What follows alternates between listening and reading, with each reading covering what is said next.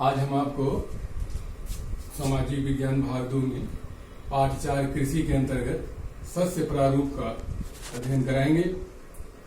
बच्चों, इसमें खाद्य तथा अखाद्य दोनों तरह की फसलों को सम्मिलित किया जाता है। सब्जी, फल, मसाले इत्यादि। अब देखते हैं कि मुख्य शस्य ऋतुएं भारत में मुख्य रूप से 3 ऋतुओं में खेती होती है। इन तीनों को हम रबी, खरीफ और जायद के नाम से जानते हैं। आइए रबी के बारे में देखते हैं। रबी, इसकी बुआई अक्टूबर से दिसंबर के मध्य यानी शीतकाल के प्रारंभ में किया जाता है। फसलों की कटाई अप्रैल से जून के मध्य होती है। यानी रबी की फसल में शीत ऋतु और ग्रीष्म ऋतु दोनों का जरूरी होता है। बुआई के समय शीत ऋतु ठंडा मौसम होना चाहिए, कटाई के समय गर्म मौसम होना चाहिए। इस रबी की फसल में मुख्य फसलें गेहूं, जौ, मटर, चना, सरसों आदि आती हैं, जो खाद्यान्न फसलें होती हैं। अगला है खरीफ की फसल। खरीफ की फसल की बुआई मानसून के आगमन के साथ साथ जून में किया जाता है और इसकी कटाई सितंबर तथा अक्टूबर में होती है। खरीफ की फसल में मुख्य फसल चावल, मक्का, बाजरा, अरहर, मूंग, कपास और मूंगफली आदि आती है। तीसरा है जायद। जायद, इसमें ग्रीष्म ऋतु में फसलों की बुआई होती है और मुख्य रूप से ग्रीष्म ऋतु की ही फसल होती है। इसमें खीरा, तरबूज, सब्जियां आती हैं। अब आइए देखते हैं मुख्य खाद्य फसलें। ऐसी फसलें जिनको खाद्यान्न के रूप में उपयोग किया जाता है, जैसे चावल, गेहूं, मोटे अनाज और दालें।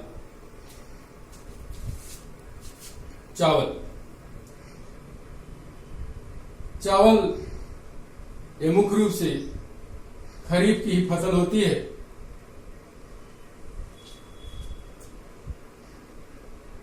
इसमें तापमान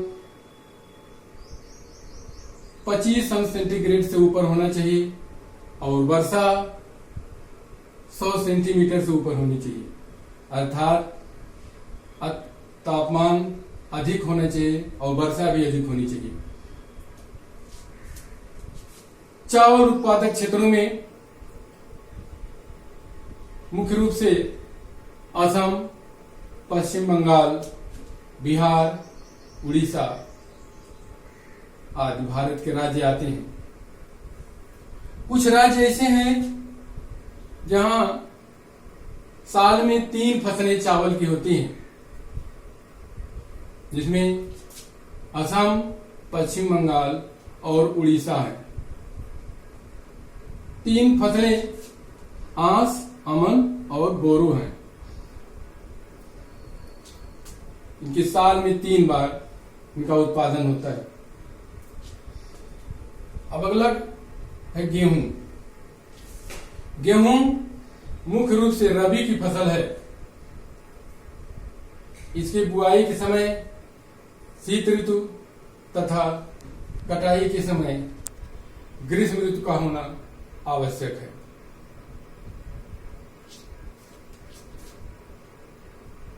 वर्षा 50 से 75 सेंटीमीटर वर्षा की जरूरत पड़ती है।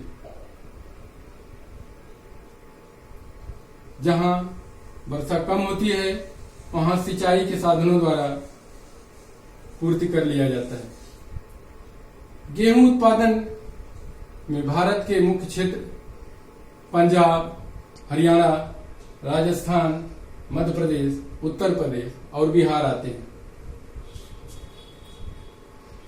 बच्चों देखते हैं आगे मोटे अनाजों को। जो अनाज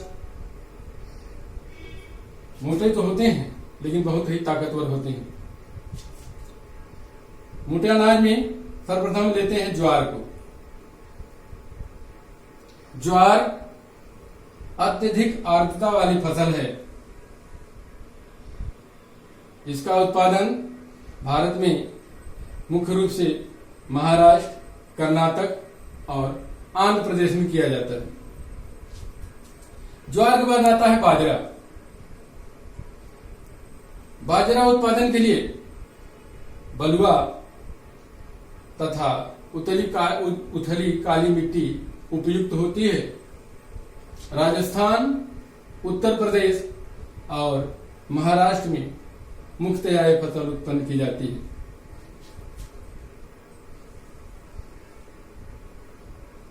अगला है तीसरी फसल मोटे अनाजों में रागी। रागी लाल, काली और बलुआ दोमट मिट्टी में उत्पन्न की जाती है। यह मोटे अनाज वाली फसल है। यह भारत के कर्नाटक, उत्तर प्रदेश और हिमाचल प्रदेश में मुख्य रूप से उगाई जाती है। मक्का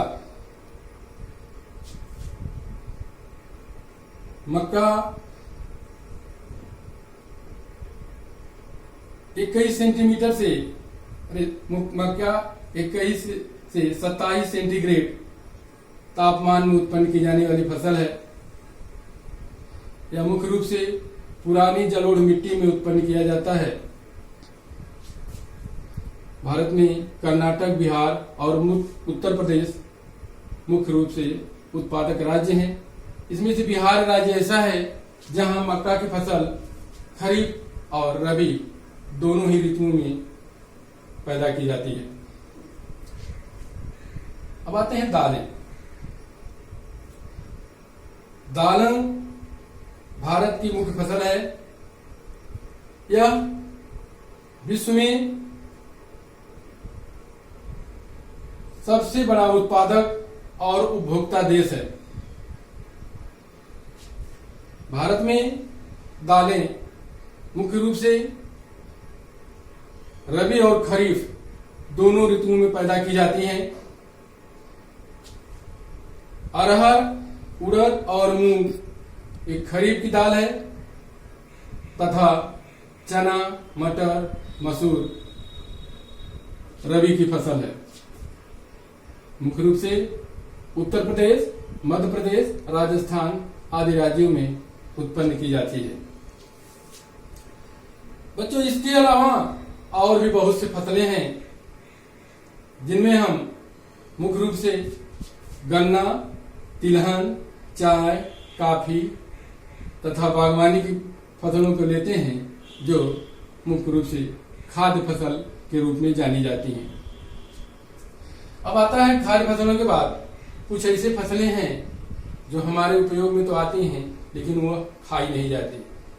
अब देखते हैं मुख्य अखाद्य फसलें। अखाद्य फसलों में सबसे प्रथम रबड़ को हम लेते हैं, फिर रेशेदार फसलें हैं। रबड़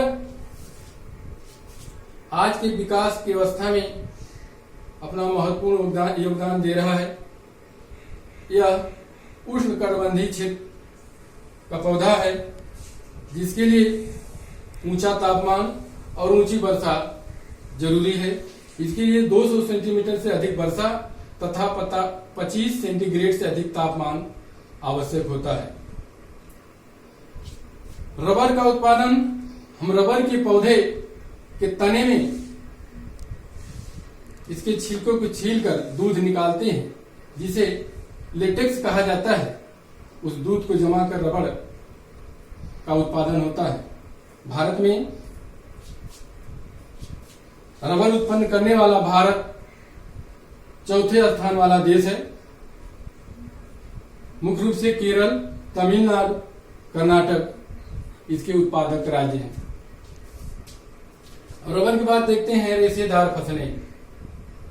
रेशेदार फसलों में सबसे पहले लेते हैं हम कपास को, जिससे रुई उत्पन्न होती है। रुई से हमारा सूती वस्त्र उद्योग चलता है। विश्व में कपास उत्पादन के क्षेत्र में भारत का तीसरा स्थान है। यह मुख्यतः दक्कन की पठारी भाग में काली मिट्टी के प्रदेश में उत्पन्न किया जाता है।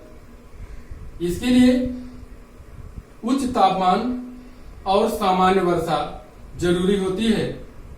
रबड़ की कपास के उत्पादक क्षेत्रों में महाराष्ट्र, गुजरात और मध्य प्रदेश मुख्य रूप से आते हैं। अगली रेशेदार फसल है जूट। जूट सामान्यतया गंगा के डेल्टाई क्षेत्रों में उत्पन्न की जाने वाली फसल है। देश का लगभग 80% जूट डेल्टाई भागों में उत्पन्न किया जाता है। इसके लिए उच्च तापमान और अधिक वर्षा जरूरी होती है। पश्चिम बंगाल, असम और बिहार इसके मुख्यतः उत्पादक राज्य हैं। अब अगला आता है रेशम। बच्चों, रेशम की सीधी कोई खेती नहीं होती। रेशम शहतूत के वृक्षों पर कीड़ों को पालकर रेशम उत्पन्न कराया जाता है। कीड़े उस पत्तियों में अपना काकून बनाते हैं, जिससे रेशम निकाला जाता है। मूंगा रेशम पर भारत का विश्व में अपना एकाधिकार है। इस तरह बच्चों हम सस्य प्रारूप में खाद्य या खाद्य फसलें का अध्ययन किए हैं। फिर अगले दिन पढ़ाएंगे। धन्यवाद।